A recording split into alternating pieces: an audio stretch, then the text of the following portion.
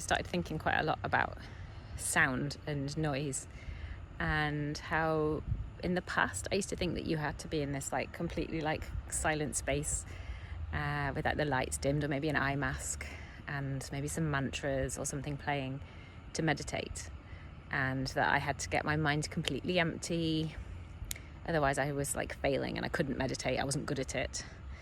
And after like 6 years I've come to realize that you can't be good or bad at anything in life. It's all perception and opinion, and just the fact that you're trying is a positive thing. And the thing about noise, so when I was doing my meditation this morning, there were cats going crazy, there was someone doing construction work, there's like ants crawling on me, like so many things to distract me. And in the past I would have got really angry or frustrated, like how dare these things happen when I'm trying to meditate? Like, don't these people, these ants and these cats know that I need complete silence now? And now I just feel so different.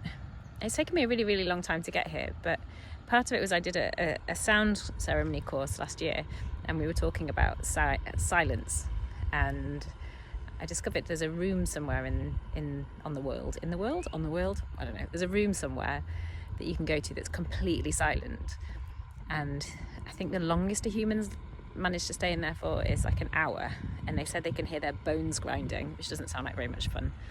So I don't think what we're searching for necessarily is silence, and I think like sounds from nature are calming, whereas often like noises that humans make with like construction and engines and such things can be quite jarring. But the whole point of this waffly thing is you're probably never going to get a place where you find that, depending on where you live, where you find that kind of like peace and serenity for meditation. So what I try to do is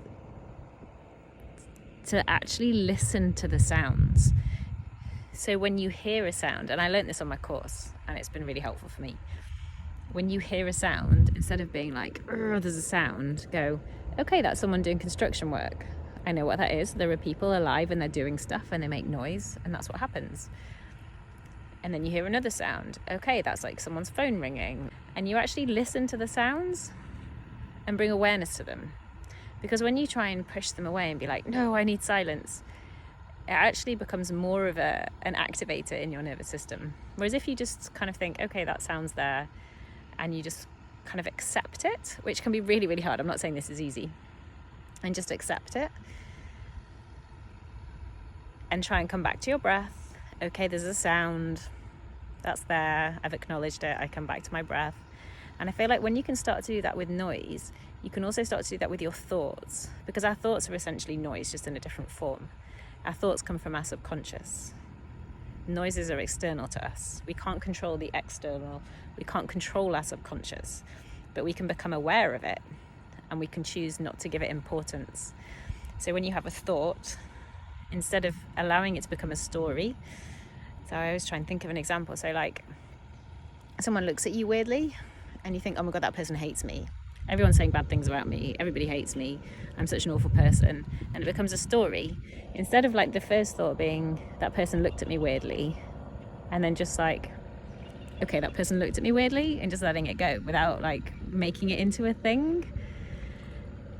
And like with all the thoughts that come up, like I'm not good enough, I'm not strong, I'm not bendy, I'm not whatever thoughts that come into your mind, just be like, okay, that's just a thought. It doesn't define me, it's not who I am. Yeah, I don't really know where I'm going with this, but it just kind of hit me that those two things are like, for me, they're parallel. Like when you can cope with noise outside and just accept that it's there, I feel like you can cope with noise inside as well and accept that it's there, and you can't control it and you can't change it. You just accept it and choose not to give it importance. This was longer than I intended, but it is what it is. People will listen or people won't. If you're here, thank you. Thank you. And yeah, happy meditating.